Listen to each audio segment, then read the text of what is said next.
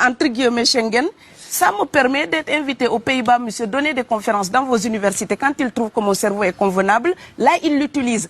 Par contre, ils sont embêtés à l'idée d'avoir mon frère, qui n'est pas aussi diplômé que moi et qui pourrait avoir peut-être envie de travailler dans le bâtiment. Donc, vos pays deviennent schizophrènes. On ne peut pas trier les gens comme ça avec les étrangers utiles et les étrangers néfastes. Et la deuxième chose que je veux dire aussi, c'est que les Européens, là, on voit des Africains qui viennent.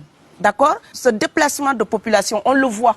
Mais on ne voit pas le mouvement des Européens allant vers les autres pays.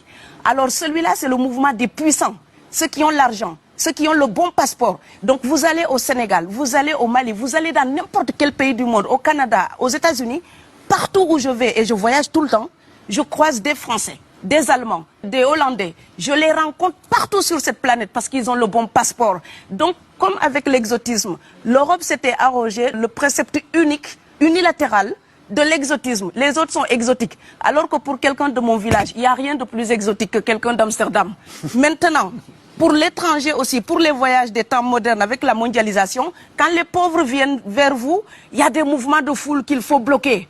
Mais quand vous, avec votre passeport et avec toutes les prétentions que cela donne, vous débarquez dans les pays du tiers-monde, là, vous êtes en terrain conquis. Donc, on voit les pauvres qui se déplacent, on ne voit pas les riches qui investissent dans nos pays. L'Afrique se développe en taux entre 5 et 10%. Ce n'est plus de la progression, c'est de la surchauffe. Sauf que quand des pays du tiers-monde se développent et qu'ils n'ont pas les moyens pour gérer tout ça, il faut une ingénierie, il faut une formation, il faut des populations pour installer une démocratie. Là, cette surchauffe-là, vous avez besoin qu'on reste dominé pour servir de débouché à l'industrie européenne. Alors il faut arrêter l'hypocrisie. On sera riches ensemble ou on va se noyer tous ensemble.